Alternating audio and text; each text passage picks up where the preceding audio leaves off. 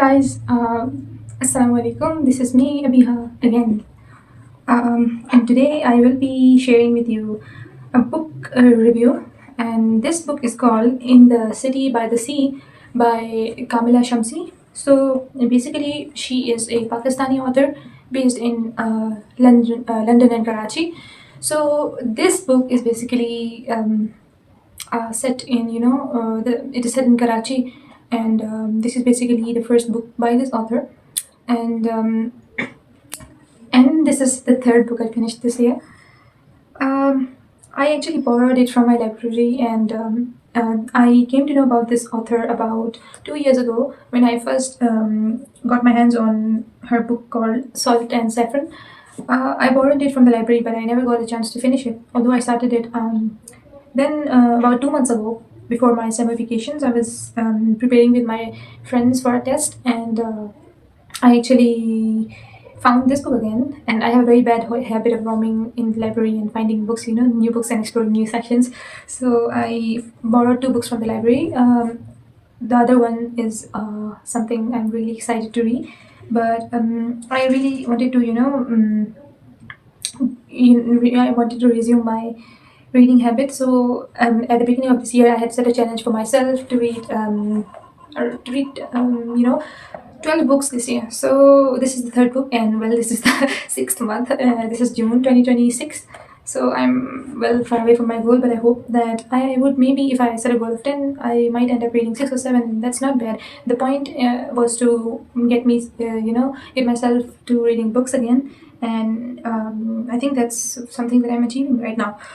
So, about the book.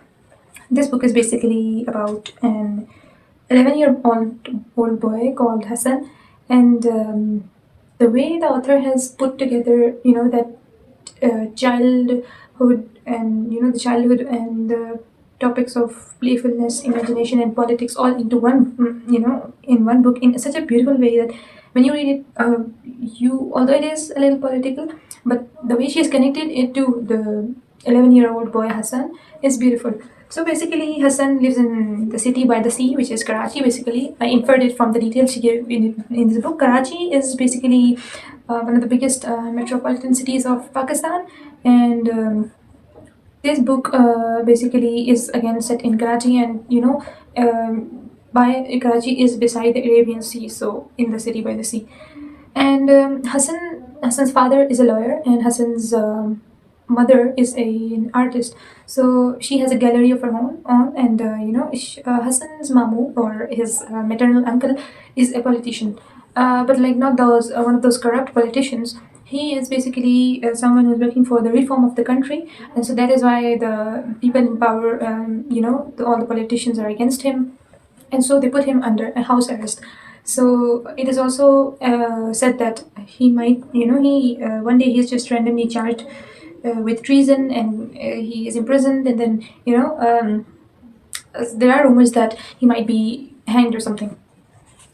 So Hassan is really worried, and now since he's an 11-year-old child, he doesn't know about life or even death a lot. But he is, very attached to his uncle, and he's very disturbed throughout the period of his imprisonment. And so he goes to an old man who is his neighbor, and to ask him about the concept of death and how it happens and what happens after death. So the old man describes death to him, but he doesn't really get it. He isn't able to grasp it, even though the old man describes it in a very simple way. So what he does is he goes to his best friend's home. His best friend is, Zahra, who is 2 years older than Hassan, and she's also his neighbor. And so in Zahra's home, there's also Zahra's mom is dead. Her mom passes away when she's very young. So one of the relatives, who is a widow as well, comes to stay at Zahra's home. So both Hassan and Zahra are really close, and so Hassan goes and recalls the entire event to Zahra, and Zahra calls her, the widow, to explain what the old man said. So this is how she explains it, and this is one of my favorite lines from the whole book. Let me read it out. So this is what she says. The secret to living is to know what your spirit wants, and either give in to those desires or for a shorter term and more discomforting success imprison the spirit. So basically, it's a very beautiful way to describe the fundamental basis of human desires, human emotions, and human passion. And if we love doing something with the depths of our heart, and if we can feel that uh, motivation that doesn't come from outside but from within us to just carry out the task, then that is something that you have been created for. That is your craft, and that is something you should definitely pursue. And it is strange that this came to me at a time when I was actually confused about a few things. And when I read it, I just understood that no, okay, it's like when you're confused, everything tries to give you signs, and as is like like the omens in the good and bad omens in The Alchemist. So I think this was a good omen and a reminder that we humans should definitely mm, go and pursue our passions, and just for temporary and uncomfortable, and the word he used, some discomforting success, we should not be imprisoning our spirit, and we should actually give into the truest and purest desires of our spirit. So yeah, this is basically the book, and I won't spoil the ending or what the other parts of the book. But I would definitely suggest you all to read this book. It isn't too long. It is just 213 pages long, and even the text, isn't very.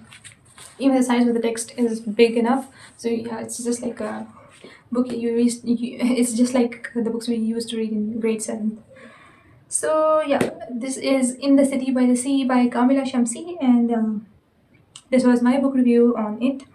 I love the book, and the subtle touch of politics, and the how she described the political landscape of Pakistan, also in a very playful and imaginative way. If we look at another aspect of it, this is basically how she describes. This is basically what most of the writers do. That they present the evil forces and the cruelty and the tyranny and the oppression in the world in a very beautiful manner, so as to evoke an emotion and make us realize that yes, this is happening, and this is not something to normalize. This is not something to ignore, which is very common these days. It has been happening since times immemorial, but the magnitude and the scale at which it is happening these days in the Middle Eastern countries is beyond our comprehension. So, yeah, if you write books and if you read books, so yeah, I would just suggest you to read a good book, and this is a really good book, and I hope you like it. Just be curious, read a lot because reading helps, and I'm happy that I started reading again. It actually helps me formulate better thoughts, and even better than reading is writing. Not that I'm asking you not to read, but yeah, you should be writing as well. Even if it's a complete piece of trash, don't worry, just write it as if no one is gonna read it, and just make it normal to write. If not every day, then every 2 days or so. And yeah, that's it from my side. I hope you liked the video, and if you like it, please share and subscribe to the channel, maybe. Or I would love to listen more from you guys. Maybe just drop a few comments in the comment section. My comment section is really dead, so I would love if you just just just put your thoughts out in the comment section, and I would love to answer them. And yeah, this is me, Abeeha, with my first book review. Signing out. Allah Hafiz. Bye bye.